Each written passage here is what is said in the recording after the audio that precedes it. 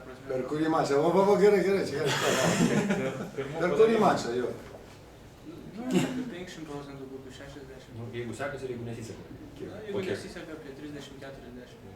Tai reiškia, kad tą mačą pralošė. Tai jo, 100%. Tai va čia turbūt buvo tas, nu, lemas iš linijos servas, tas 2 dienas, nu, visiškai absoliučiai, ten segė, tu reisų, kiek nori ten.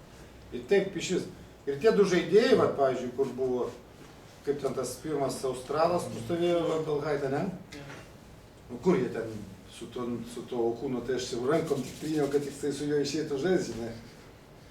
Blema, šitas servas to Okūno nieko, tai nu tam, reiškia, už linijos servas visiškai nieko, gal tu iki 50% tikrai buvo. Ir labai tas, nu, žinai, tas žaidimas sunku prisiderinti dėl to, kad...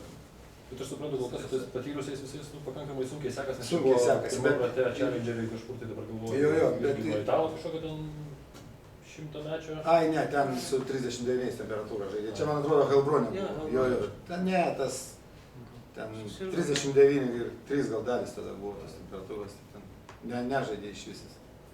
Su tuo Lenku ten, kai jis irgi challengeriai, nu čia buvo. Jo, čia Vroclavė, jo. Nu, tas gerai padavė, tada nieko negalėjom. Kažkaip danga buvo tai refleksas toksai, kaip to ne anksčiau. Ir man atrodo, pirmą setą taip reikia pralošė. Antrą 6-3. Nu, tiek servavo jis ten. Irgi virš 2 visi. Tai yra keletas taškių, kur nulėmė mačą. Ja, taip reikia porą, man atrodo. Vienas dvigubas gal? Jo, ir vieną iš kairės. Ir pramušė jo. Iš dešinės pramušė. 2 taškeliai jį pateko.